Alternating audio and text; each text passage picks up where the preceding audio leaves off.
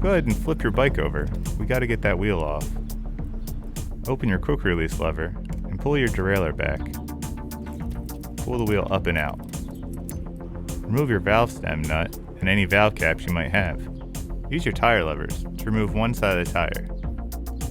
Repeat the process in 3 to 4 inch increments until you've removed enough of the tension that you can slide the tire off. Place the wheel on the ground and push the tire down and away from you.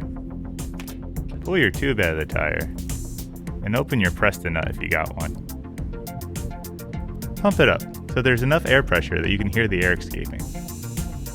It's important we find the cause of the flat before we put the repaired tube back in the tire.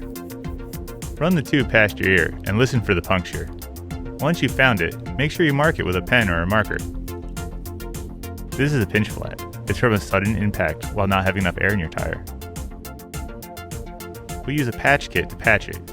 It has rubber cement, a scouring pad, and some patches. Scuff up the area around the patch, a little bit bigger than the patch. Apply a thin layer of glue, a little bit bigger than the patch, and then let it dry. Peel the patch off the foil and try not to touch the orange part. Place it down on the dried glue and smash it into the tube. Pump the tube up and test it. We shouldn't hear any leaks. Place it back in the tire and we'll put it back onto the wheel.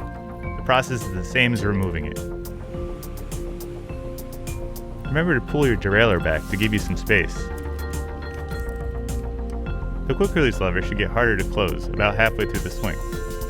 Now get on your bike and ride, and hope the patch holds. Your friends are waiting for you.